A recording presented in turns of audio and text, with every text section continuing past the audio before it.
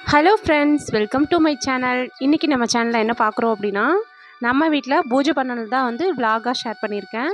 இதில் நிறைய பூஜை டிப்ஸும் வந்து சொல்லியிருக்கேன். வீடியோ ஸ்கிப் பண்ணாமல் பாருங்கள். கண்டிப்பாக ஏதாவது ஒரு வகையில் உங்களுக்கு ஹெல்ப்ஃபுல்லாக இருக்கும். வாங்க இப்போ வந்து நம்ம வீடியோக்குள்ளே போயிடலாம்.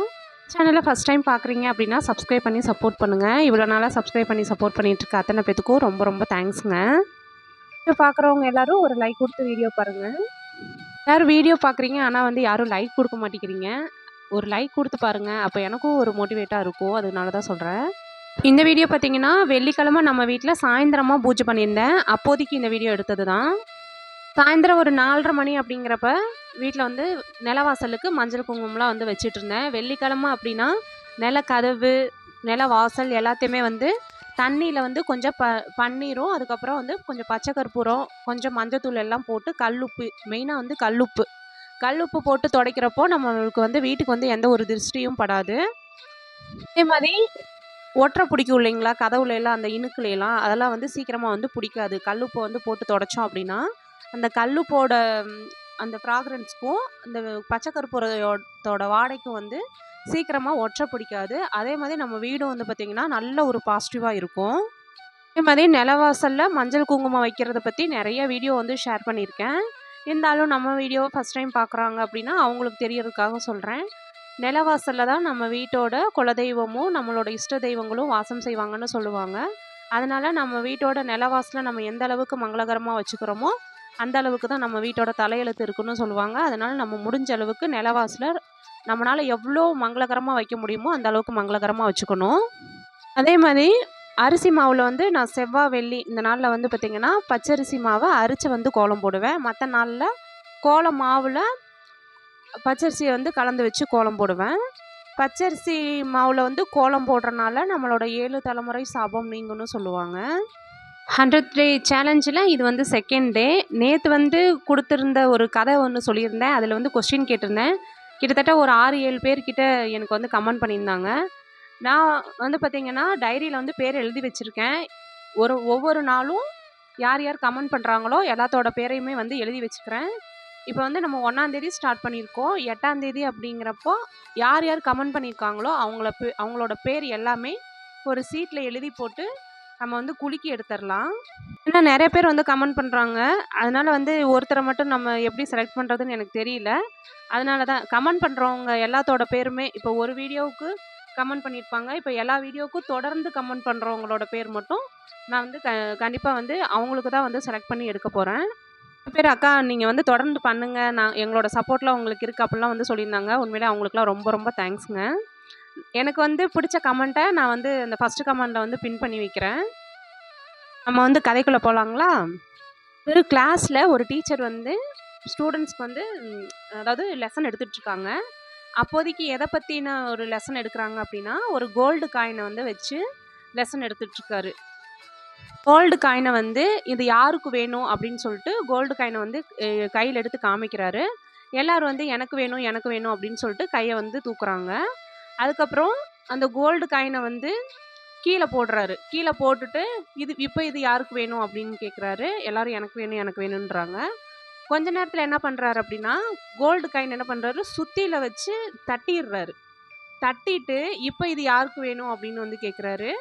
அப்பயுமே வந்து எல்லா பசங்களும் எனக்கு வேணும் எனக்கு வேணும்னு சொல்கிறாங்க. மறுபடியும் என்ன பண்ணுறாரு, கொஞ்ச நேரத்தில் வெளியில் போய் அந்த சகதியில் வந்து பெரட்டி எடுத்துகிட்டு வந்து இப்போ இந்த கோல்டு காயின் யாருக்கு வேணும் யாருக்கு வேணும்னு கேட்குறாரு. அப்பையும் வந்து பார்த்திங்கன்னா பசங்க எல்லாருமே எனக்கு வேணும் எனக்கு வேணும்னு சொல்கிறாங்க. எதுக்காக எல்லாரும் வந்து இது எந்த நிலையில் இருந்தாலும் வேணும்னு சொல்கிறீங்க? ஏன்னா உங்களுக்கு வந்து தங்கத்தோட மதிப்பு தெரிஞ்சிருக்கு. அதனால தான் வந்து தங்கம் எந்த நிலையில் இருந்தாலும் அதுக்கு மதிப்பு இருக்குது. அதனால தான் எல்லோரும் வேணும்னு கேட்குறீங்க. அதே மாதிரி தான் நீங்களும் இந்த தங்கம் வந்து எப்படி எந்த நிலையில் இருந்தாலும் மதிப்பு இருக்கோ அதே மாதிரி தான் நீங்களும். யார் என்ன சொன்னாலும் உங்களோட மதிப்பு வந்து குறைய போகிறது கிடையாது. அதனால் வந்து உங்களோட மதிப்பை நீங்கள் தான் கூட்டிக்கணும். எந்த இடத்துல அதாவது ஒரு இடத்துல ஒருத்தர் உங்களை தரம் தாழ்த்தி பேசிடுறாங்க அப்படின்னா உடனே உங்களோட மதிப்பு குறைய போகிறது கிடையாது. என்னால் முடியும் அப்படின்னு சொல்லிட்டு அந்த இடத்துல நம்ம வந்து நிமிர்ந்து காமிக்கணும். ஸோ இதுதான் இந்த கதையிலேருந்து தெரிஞ்சுக்கிட்டேன். கதை எப்படி இருந்துச்சு அப்படின்ட்டு கமெண்ட்டில் வந்து சொல்லுங்கள். இப்போ கோலெல்லாம் போட்டுட்டு விளக்கேற்றிடலாம்.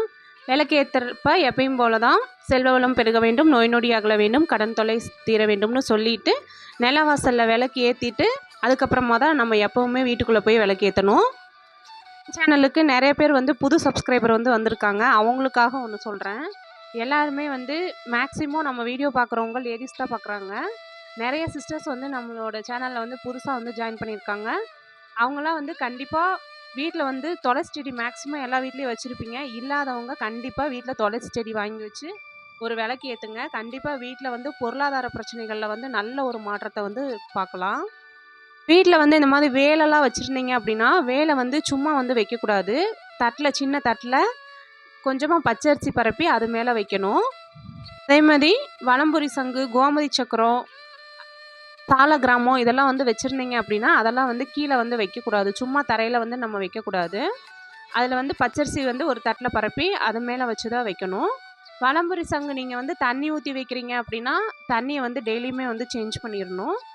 அதே வலம்புரி சங்கில் தண்ணி ஊற்றி வைக்கிறவங்க கொஞ்சம் துளசி இலையை வந்து அதில் போட்டு தான் வைக்கணும். வலம்புரி சங்குகளை வந்து எங்களால் டெய்லியும் அதை வந்து பண்ண முடியாது அப்படின்னு நினைக்கிறவங்க இந்த மாதிரி வந்து பச்சரிசியை வந்து நிரப்பி அது மேலே ₹1 காயின் வச்சு வைக்கலாம். அதே மாதிரி அன்னபூரணி அம்மனை வைக்கிறப்ப பார்த்திங்கன்னா அன்னபூரணி அம்மனை நல்ல அரிசி, அதுவும் இல்லாமல் நிறைய பேர் வந்து புழுங்கல் அரிசியில் வந்து வைக்கிறீங்க. அப்படி வந்து வைக்கக்கூடாது. நானே ஒரு சிலர் வீடுகளில் பார்த்துருக்கேன்.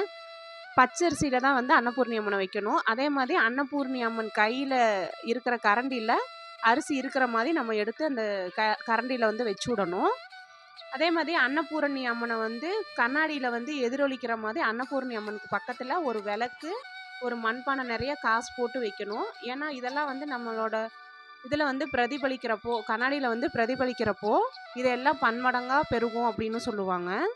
அதே மாதிரி பார்த்திங்கன்னா கோமாதாவும் அப்படி தான் தனியாக வந்து வைக்கக்கூடாது. வெறும் தரையில் வந்து வைக்கக்கூடாது. அவங்களுக்கு ஏதாவது ஒரு பிளேட் வச்சு கோமாதாவுக்கு தண்ணி வந்து ஊற்றி தண்ணி மேலே வைக்கலாம். இல்லை அப்படின்னா பச்சரிசியில் வந்து பரப்பி வைக்கலாம். நீங்கள் எத்தனை விளக்கு ஏற்றினாலும் ஒரு விளக்காவது நெய் விளக்கு ஏற்றுற மாதிரி பார்த்துக்கோங்க. இல்லை அப்படின்னா எங்களால் நெய் விளக்கு ஏற்ற முடியலை அப்படின்னா எண்ணெயில் வந்து எல்லா விளக்குலையும் எண்ணெய் ஊற்றிட்டு ஒவ்வொரு சொட்டாவது நெய் விட்டு ஏற்றுறது அப்படிங்கிறது ரொம்ப ரொம்ப நல்லது. அதாவது அந்த நெய்யோட அந்த வாசனைக்கு மகாலட்சுமி அம்மன் வந்து வாசம் செய்வாங்கன்னு சொல்லுவாங்க. அதனால தான் வீட்டில் நெய் விளக்கு ஏற்றுறது. அதே மாதிரி நெய் விளக்கு ஏற்றுறோம் அப்படின்னா அந்த வீட்டில் வறுமை, அந்த பஞ்சம் அப்படி அதெல்லாம் வந்து இருக்காது அப்படின்னு சொல்லுவாங்க. எங்ககிட்ட காசே இல்லை, நாங்கள் நெய் வாங்குறதுக்கு நாங்கள் இதில் நெய் விளக்கு வேறு எப்படி ஏற்ற முடியும் அப்படின்னு வந்து கண்டிப்பாக கேட்பீங்க.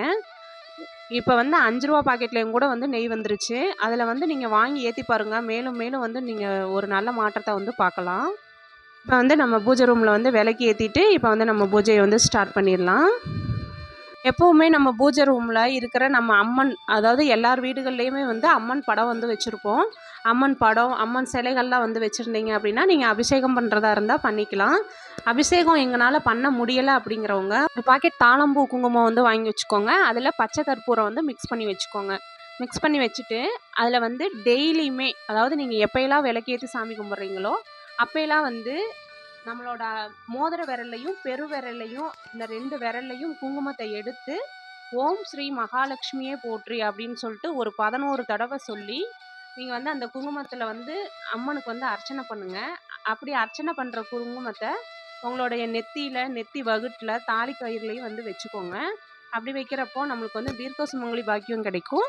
அதுவும் இல்லாமல் நம்ம வந்து மகாலட்சுமி அம்மனுக்கு வந்து குங்கும அர்ச்சனை பண்ண நம்ம குடும்பம் வந்து செழிக்கும்னு சொல்லுவாங்க.